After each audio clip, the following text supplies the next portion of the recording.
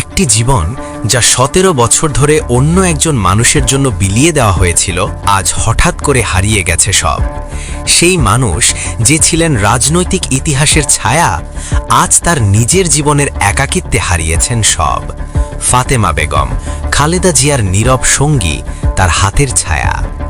আজ আমরা জানব কিভাবে ইতিহাসের এক নিঃসঙ্গ মুহূর্তে একজন সাধারণ নারী হয়ে উঠলেন দেশের নজর কাড়া কেন্দ্রবিন্দু। দর্শক, প্রথমবারের মতো ফাতেমার মুখ থেকে শোনা যাবে কিভাবে তিনি হারিয়েছেন নেত্রীকে, কিভাবে হারিয়েছেন নিজের জীবন, আর কিভাবে একাকিত্বের ভার বয়ে চলছেন দিনের পর দিন। আপনারা কি প্রস্তুত শুনতে?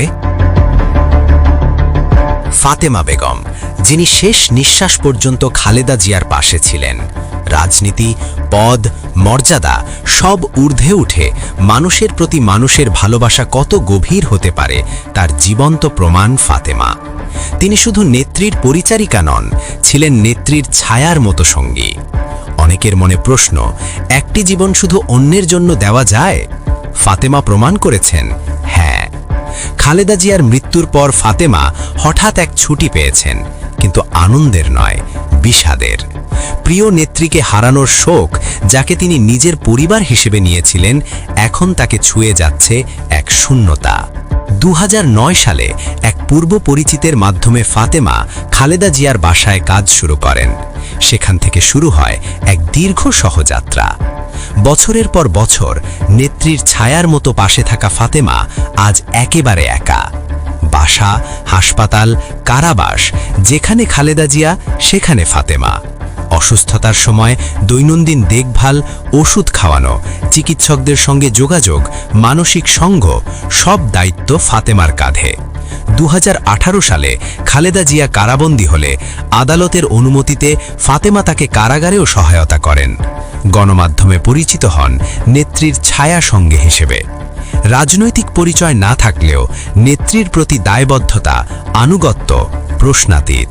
নাম প্রকাশে অনিচ্ছুক কর্মকর্তার ভাষ্য, খালেদা জিয়ার মৃত্যুর প্রথম কয়েক ঘণ্টা এবং শেষ দিনগুলোতে ফাতেমা ছিলেন সবচেয়ে বেশি ভেঙে পড়া মানুষ।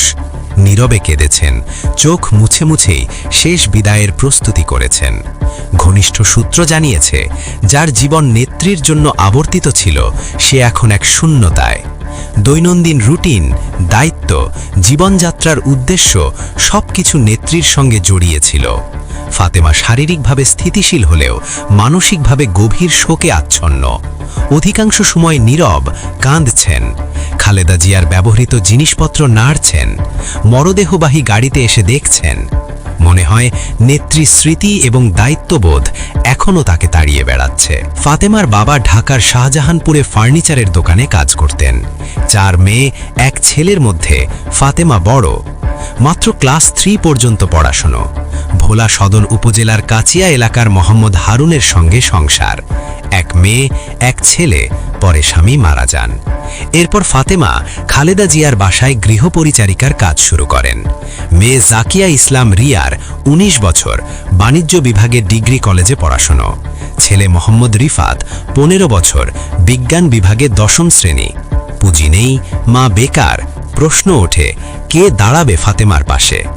অনেকের মতে তারেক রহমান এবং জিয়া পরিবার যেন ফাতেমার মেয়েকে ভালো পরিবারে বিবাহ দেন, ছেলেকে ব্যবসার ব্যবস্থা করেন। ফাতেমা বেগম, জীবন নিবেদিত ছিল অন্যের জন্য।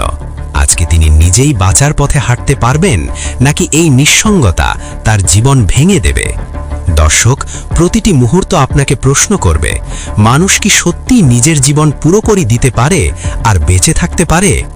ফাতেমা বেগম আজও নীরবে ইতিহাসের সাক্ষী। আজও আমরা জানতে চাই কিভাবে একজন সাধারণ নারী হয়ে ওঠে দেশের নজর কাড়া কেন্দ্রবিন্দু। যদি আপনি চান তারেক রহমান ফাতেমার পাশে দাঁড়াক, কমেন্টে লিখুন ইয়েস। ভিডিও ভালো লাগলে লাইক দিন, চ্যানেলটি সাবস্ক্রাইব করুন।